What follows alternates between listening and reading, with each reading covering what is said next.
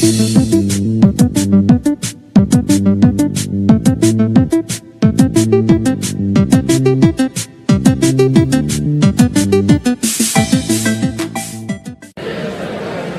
is Donnie Reese here from PSVG at MomoCon 2018 here in Atlanta, and I'm standing with Sarah Conde from ID at Xbox. Can you believe that? Woo. Welcome.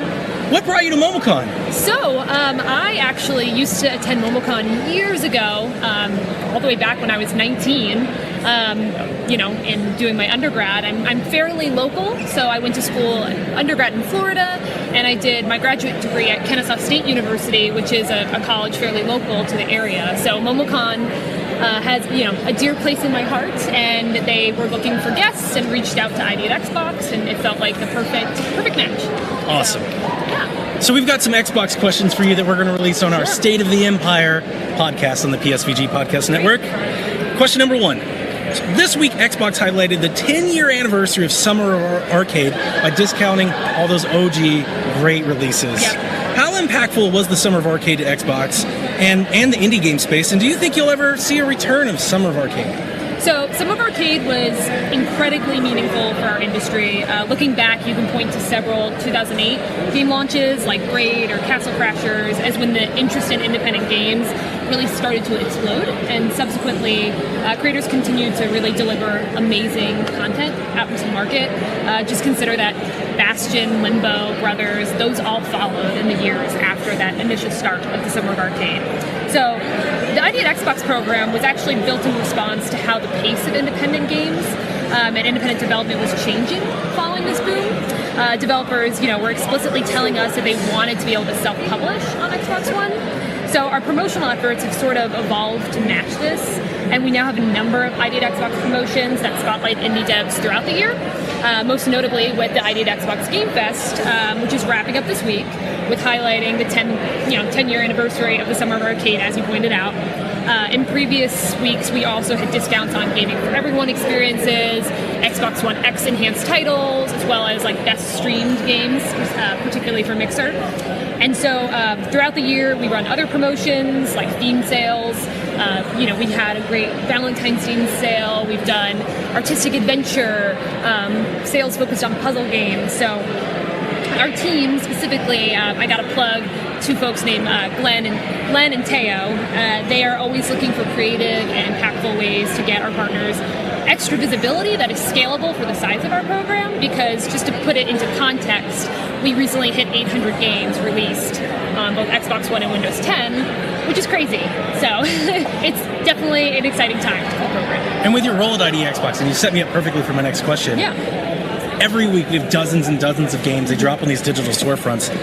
The indie game space has really taken over the second-party space. How hard is it to be recognizable or successful if you're an indie developer in 2018? Do you have any advice for indie devs that are trying to get noticed? Yeah, so discoverability is certainly an issue across platforms for independent developers in general. It really starts with fostering an online community and presence, and discoverability, it starts well before a game is actually released. And so it's really about building that presence strategically based on where you think your audience lives, and that could be Twitter, Tumblr, streaming platforms, etc. A great example is the work that Glumberland has been doing. So they're a 2-person dev team based in New England, and they have a game coming out hopefully soon called Ooblets. It's like an RPG, farming simulator, and it has these adorable creatures. Those are the Ooblets. I definitely encourage you to check it out if you haven't. But they're constantly sharing inside looks at their progress, their really awesome dev blog, and they're super active on Twitter, so it makes fans feel like they're more involved in the actual development of the game.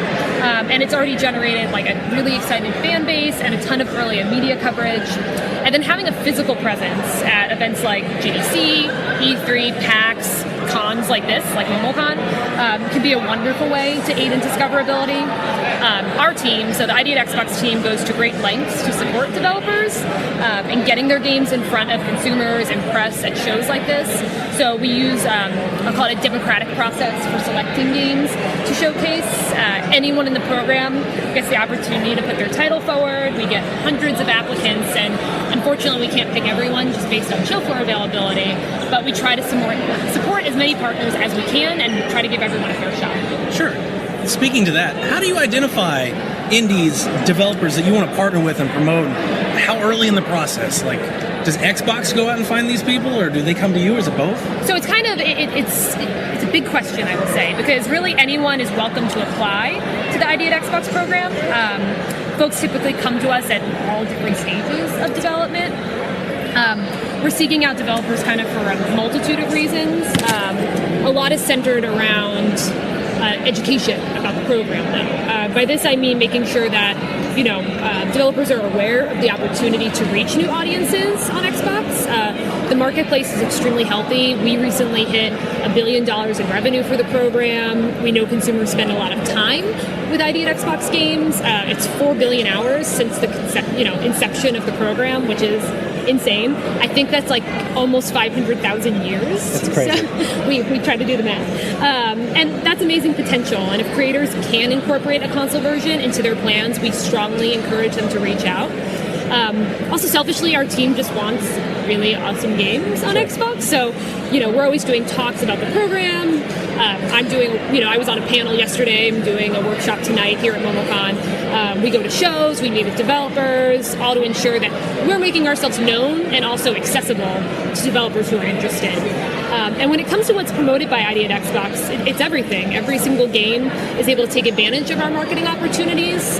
While it is a self-publishing program and you're ultimately, responsible for your marketing, we are trying to provide guidance on best practices for promoting your game, as well as being more than happy to amplify any existing promotional efforts that developers have going on. Okay. Now, if someone was to approach ID at Xbox, so let's say they want to build an indie game, what advice does ID at Xbox have? So in terms of working within our program, the single most beneficial thing is being really communicative with us. Through all stages of your development journey, talk to us about your marketing plans, talk to us about when you're thinking of releasing, talk to us if you have any questions or concerns. As I mentioned earlier, we can do really great things to amplify any existing promotional efforts, except we can't actually do those if we don't know what they are, if we don't know that they exist. And then the other big thing that probably sounds really simple and silly is just read anything we email you. So developers in the program receive a newsletter, and that newsletter is a huge way that we make marketing opportunities available. So as in calls to submit for shows, for different theme sales we have going on. So you got to be reading it to see the opportunities that are available. All right, last one. This is a fun one. What's the craziest game that ID at Xbox had to turn down? So I'm not able to go into specifics really, but I can say it's always really exciting to see such diverse content that does come through the pipeline. Folks on our team will often be in the hallways, oh my god, did you see that game that was just submitted? And even though the games are obviously in the middle of development, and we might not know specifics on when they're launching, it's just fun to be able to geek out and be giddy about what's on the horizon and to know things. Thank you again so much for taking some time to talk to PSVG. Yeah. We're going to put this up on our blog. We'll tag you on our Twitter. Awesome. And enjoy the rest of MomoCon. Thank you. I love the show. So.